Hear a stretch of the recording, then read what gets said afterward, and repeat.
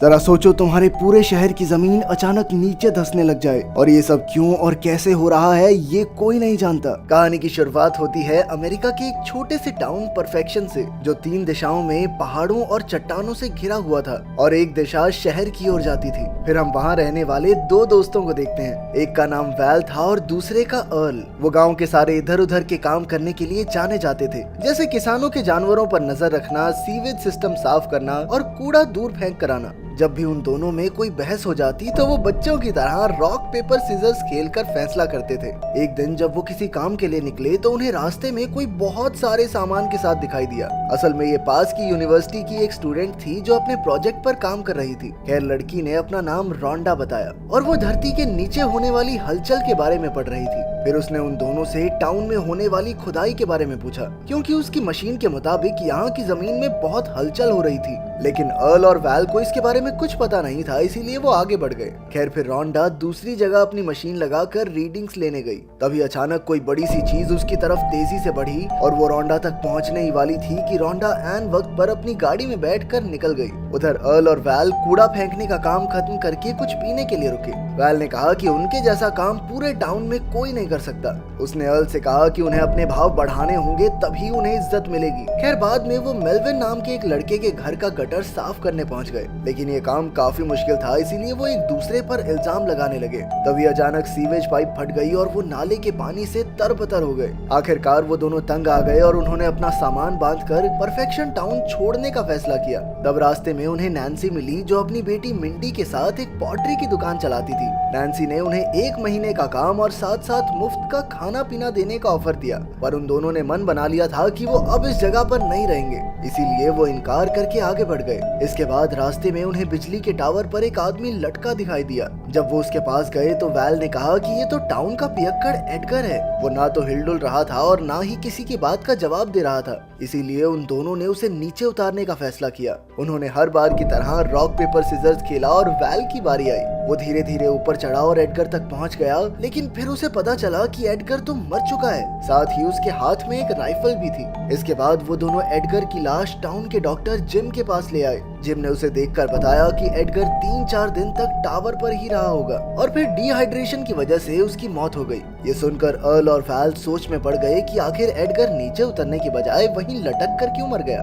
खैर, अब वो फिर से अपने रास्ते पर निकल पड़े, लेकिन फिर दोबारा उन्हें रुकना पड़ा, क्योंकि उन्होंने देखा कि किसी ने एक किसान की सारी भेड़ों को पूरी तरह मार डाला था। वो काफी घबरा गए और किसान को ढूंढने लगे और तभी उन्होंने देखा कि किसान का भी कत्ल हो गया था। ये देखकर उनकी रूह कांप गई और उन्होंने जल्द से जल्द यहाँ से निकलने का फैसला किया। मगर जल्द ही उन्हें पता चला कि शहर की तरफ जाने वाली सड़क पहाड़ गिरने की वजह से बंद हो गई थी। उन्हें लगा कि ये सड़क बनाने वाले मजदूरों का काम होगा, इसीलिए वो मजदूरों को ढूंढने लगे। पर तभी उन्होंने देखा कि उनके हेलमेट्स खून और मांस से भरे पड़े थे। ये देखकर तो वो और ज्यादा डर गए और तुरंत टाउन की तरफ वापस भागे। रास्ते में अचानक ट्रक का टायर एक जगह फंस गया, पर फिर वैल के पूरी रेस देने पर वो किसी तरह बाहर निकल आया। आखिरकार जब वो टाउन में पहुंचे तो उन्होंने लोगों को इस सारी घटना के बारे में बताया। तभी लोगों ने देखा कि वैल के ट्रक के टायर में एक लंबा सा सांप जैसा जानवर फंसा हुआ था। शायद इसी वजह से उनका ट्रक आगे नहीं बढ़ रहा था। तब बर्ट नाम के एक आदमी ने कहा कि शायद ऐसे और भी जानवर यहाँ मौजूद होंगे, इसीलिए उन सबको सावधान रहना चाहिए। बर्ट और उसकी पत्नी हेदर ने बुरे वक्त के लिए बहुत सारे हथियार जमा कर रखे थे। उधर रात के समय जिम और उसकी पत्नी मेगन एक वैन में अपना घर बनाने में लगे हुए थे। अंत में थक हार कर उन्होंने आराम करने का सोचा, पर तभी उन्हें जमीन से धुआं निकलता दिखाई दिया। मेगन घबरा गई, पर जिम को लगा कि शायद ये नेचुरल गैस है और वो पूरा जोर लगाकर जमीन खोदने लगा। पर तभी अचानक उनके पैरों तले की जमीन खिसकने लगी और किसी अनजान शक्ति ने उन्हें नीचे खींच लिया। मेगन ने अपने पति को बाहर निकालने की पूरी कोशिश की, पर एक सांप जैसा जानवर उस पर फुंकारे मारने लगा। मेगन इतनी डर गई कि उसने दौड़कर खुद को गाड़ी में बंद कर लिया, लेकिन इससे पहले कि वो गाड़ी चलाती, पूरी गाड़ी ही जमीन में धंस गई। उधर टाउन में टेलीफोन के सिग्नल बंद हो गए थे और सड़कें भी बंद थी, इसीलिए वैल और अर्ल ने घोड़ों पर चढ़कर शहर से मदद लाने का फैसला किया। रास्ते में उन्हें जिम की वैन दिखाई दी, पर जब उन्होंने जिम और उसकी पत्नी को ढूंढने की कोशिश की तो कोई दिखाई नहीं दिया। तभी अचानक उन्हें जमीन के अंदर से रेडियो की आवाज सुनाई दी। उन्होंने मिट्टी हटाई तो देखा कि जिम की गाड़ी तो सीधा जमीन में धसी हुई थी। ये देखकर उनकी सांसें सूख गई, पर अब उनके पास मंजिल की ओर बढ़ने के अलावा और कोई रास्ता नहीं था। कुछ देर बाद वो एक रेगिस्तान के बीच पहुंचे, जो देखने में तो सुरक्षित लग रहा था, पर उनके घोड़े अजीब तरह जहाँ से हिनहिनाने लगे और देखते ही देखते घोड़ों ने उन्हें जमीन पर पटक दिया। तभी जमीन से वही अजीबोगरीब जानवर बाहर आया और उनके घोड़ों को कच्चा चबा गया। ये देखकर वैल ने गुस्से में उस पर बंदूक चला दी, पर इससे तो वो जानवर और भयानक हो गया। अब वो दोनों तुरंत पहाड़ियों की ओर भागे और उनका पीछा करने वाला जानवर अचानक से एक बड़ी सी दीवार से टकराकर मारा गया। आखिरकार उन्होंने चैन की सांस ली और तभी रोंडा वहाँ आ गई। रोंडा ने जब जानवर को करीब से देखा तो वो समझ गई कि ये जमीन के नीचे रहता है और तो और उसकी आंखें भी नहीं थी। ये सुनकर वैल और अर्ल को काफी दिलचस्पी हुई और उन्होंने इस जानवर की लाश को शहर में बेचने का फैसला किया। पर तभी रोंडा ने उन्हें अपनी मशीन दिखाकर कहा कि यहाँ ऐसे और भी जानवर मौजूद हैं जो लगातार जमीन के नीचे घूम रहे हैं। तभी उनके नीचे की जमीन हिलने लगी और उन्हें एहसास हुआ कि वो जानवर उनकी तरफ ही बढ़ रहा है। अब वो तीनों तुरंत दौड़कर एक बड़ी सी चट्टान पर चढ़ गए जहाँ वो जानवर नहीं पहुँच सकता था। फिर उन्होंने जानवर के वापस जाने का इंतजार किया,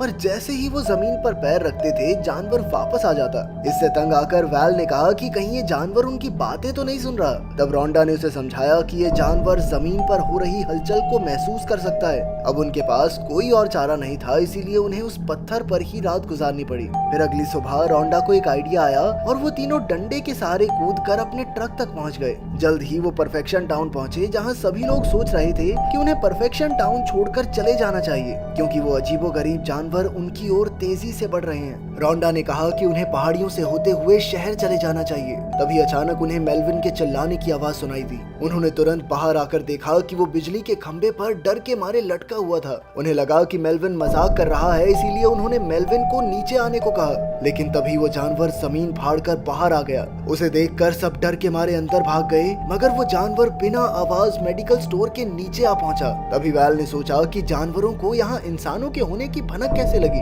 फिर उसे पता चला कि बाहर मिंडी अपनी पोगो स्टिक पर कूद रही थी। उसकी जान खतरे में थी, इसीलिए वैल अपनी जान दांव पर लगाकर उसकी ओर भागा और ऐन मौके पर उसे धक्का दे दिया। तभी जानवर जमीन से निकलकर उसकी पोगो स्टिक निकल गया। फिर नैन्सी तो मिंडी को लेकर अंदर भाग गई, लेकिन वो जानवर वैल के पीछे पड़ गया। वहीं दूसरी ओर एक और जानवर अर्ल और रोंडा की तरफ बढ़ रहा था। उसे देखते ही अर्ल स्टोर की तरफ दौड़ा, लेकिन रोंडा मेल्विन की ओर भागी। पर अचानक उसका पैर तारों में फंस गया। पर तब वैल ने एक बार फिर से बीच में आकर कुल्हाड़ी से जानवर पर वार कर दिया। इस तरह उसने रोंडा की जान बचाई और सभी स्टोर की तरफ भागे। अब उन्हें लग रहा था कि वो सुरक्षित थे, पर तभी वहाँ के फ्रिज से जोरदार आवाजें आने लगी। अचानक वही भयंकर जानवर जमीन फाड़कर बाहर निकला और एक आदमी को कच्चा चबा गया। जल्द ही वहाँ और जानवर आ गए और सब डर के मारे स्टोर की छत पर भागे। वहीं बर्ट और हेदर ने सबको छत पर देखा और अचानक जानवर उनके घर की दीवार तोड़कर वहाँ भी आ गया। पर वो इसके लिए तैयार थे और उन्होंने अपनी बंदूकों से गोलियां चलाकर उसे मार डाला।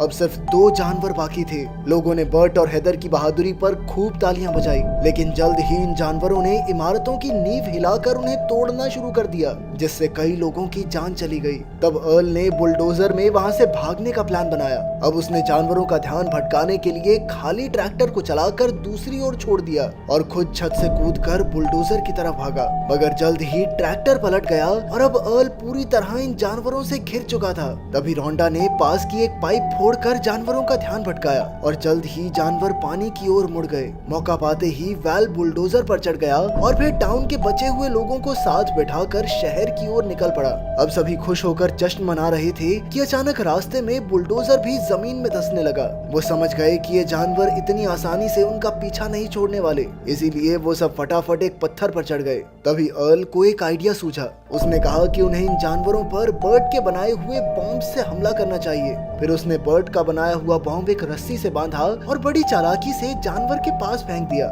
जैसे ही जानवर ने उसे खाया तभी जबरदस्त धमाका हुआ और उस जानवर के टुकड़े टुकड़े हो गए। इसके बाद उन्होंने आखिरी जानवर के पास भी वैसा ही बॉम्ब फेंका। जानवर ने उसे दांतों से पकड़ा, पर अचानक उसे अर्ल के साथियों की ओर फेंक दिया। धमाके से बचने के लिए सभी अपनी जान बचाकर भागे और इसी बीच वैल, अर्ल और रोंडा एक दूसरे से अलग हो गए। वो तुरंत एक चट्टान की ओर भागे, पर तभी वो जानवर उनके करीब आ गया, जिसके बाद वो एकदम जमकर खड़े हो गए जैसे उनमें जान ही ना हो। इस तरह वो फिर से उस जानवर को चकमा देने में कामयाब रहे, क्योंकि वो सिर्फ आवाज के जरिए ही अपने शिकार को पकड़ता था। तभी वैल के दिमाग में एक खतरनाक आइडिया आया। वो अर्ल और रोंडा के साथ तेजी से खाई की ओर भागने लगा और जल्द ही वो चट्टान के आखिर तक पहुंच गए। अब वो जानवर तेजी से उनकी ओर बढ़ रहा था।